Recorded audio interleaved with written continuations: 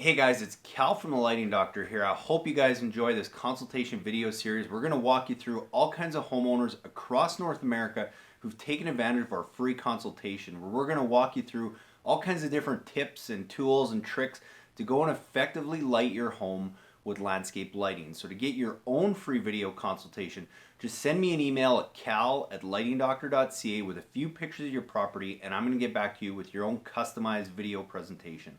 Or go check us out at lightingdoctor.ca or watch more of our great videos on how to install landscape lighting on YouTube. I hope you guys enjoy. First up is a rubber mallet used for landscape lighting. It's the first step. You know, we've placed our lights, we've ran all our wire, we know where we've got to bury all that. Now we're actually going to go and set the lights. Like I always talk about, I just want to point out here what the importance of getting something like a rubber mallet is, especially if you're doing path lights, because path lights are, you know, they're going to sit this much higher and you want those to be nice and stable. And there's some things you can do. You know, I know some guys that actually pour a little bit of dry, like quickcrete in the hole that helps it you know, become more sturdy and solidify. The only thing with that is if you're not quite sure yet if that's where you want to have those lights, then that's a pretty permanent solution. So it's a good solution, but you want to make sure that's where you want to have your light. And the other thing, I actually had a guy stop by today as we were working on the street, and you know, he had asked, you know, how much for a light, because he had a kid who just came and, you know, kicked our light and it snapped and the whole spike and everything broke. And that's the, you know, why we always talk about getting a good quality fixture, because you can tell when you're getting a good solid built ground stake as opposed to something cheap that you typically find off a big box store that you can snap like this. So I mean, if you can snap it like this, what are the chances that's going to stand up to a lawnmower, a dog, a kid, whatever it might be? So just spend the extra money and get something that's gonna last. I would always say is when you're placing your light, you know, you want to dig a small hole to get it started, because you're going to have to dig that out anyway to put all your excess wire in there. But grab a rubber mallet. We usually send these in with our do-it-yourself kits just because it's going to help solidify and get that light into the clay where it's going to become nice and sturdy now. Again, so it's not getting knocked over as easy, and that's a fixture that's going to be in there permanently for a long period of time. Once you've got that in, then you can go and just simply screw your light in, and then you can come back afterwards, make your connections, and bury everything. Now, in all honesty, I don't even really know what this is called, but you can go and get this at any home improvement store in the garden aisle.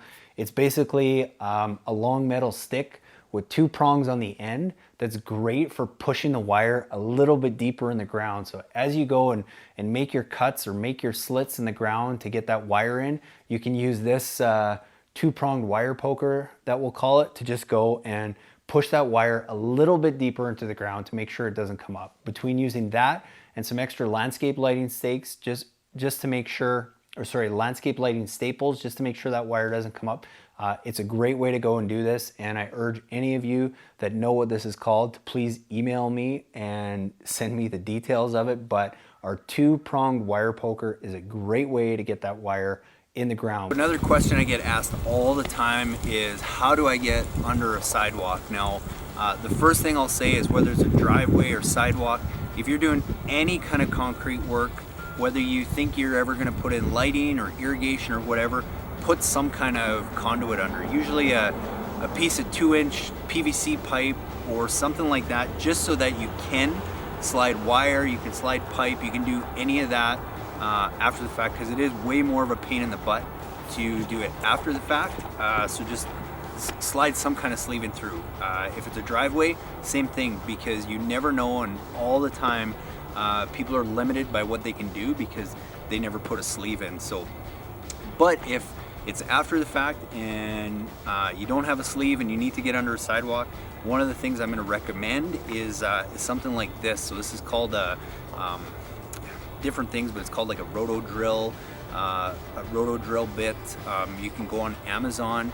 This is like a $15, maybe $20 drill bit. You can get a 24 or a 36-inch one, and basically it just goes in any drill, and you can just basically drill your way under. So we've already done this one, so I'm not gonna take the time here to actually do it, but basically all you need to do is dig back a bit of a trench and then just drill away. And if your sidewalk is more than 2 feet, you might have to drill, you know, halfway through on this side and then do the same thing on the other side, and then just drill through on the other side, meet in the middle, and then you can easily slide your pipe through. We've tried lots of different methods. This is easily the easiest one that we've come across. And again, it's a $15-20 bit. You can go on Amazon, Google or Amazon and search Yard Butler, Roto Drill, and you'll find something like this. The King Innovation Instalight. So this is a great tool that we use to go and demo different types of lights to find out what light is going to look best where. So all it is, it's a very simple battery operated pack that just takes 8 AA batteries, and then what you can do with it is you can actually go and plug in your light, whatever light it is, whether it be a path light, a wash light, a wall light, or an accent light. You can go and just plug that into your Instalight, and you can go walk around your property and test out all the different areas that you're thinking of lighting and seeing which lights look best in which location and where you want to position those lights to get the best effect that you're looking for. It's a super easy tool that comes in all our do-it-yourself kits as well as our try it before you buy it offers, where you can go and now test out these lights, feel the quality, see how they're going to look before you go and make any big decisions on your landscape lighting project. Hey guys, I really hope you enjoyed that video presentation with some great tips and tools on how to go and properly and effectively light up your landscape. And be sure, if you want your own free consultation video just like that one, send me an email at cal@lightingdoctor.ca with a few pictures of your property, and we'll get back to you with some really cool ideas and ways to go and effectively light your property. And be sure to watch the videos after this one for more tips on how to install landscape lighting as well as how to light up your landscape the best way possible.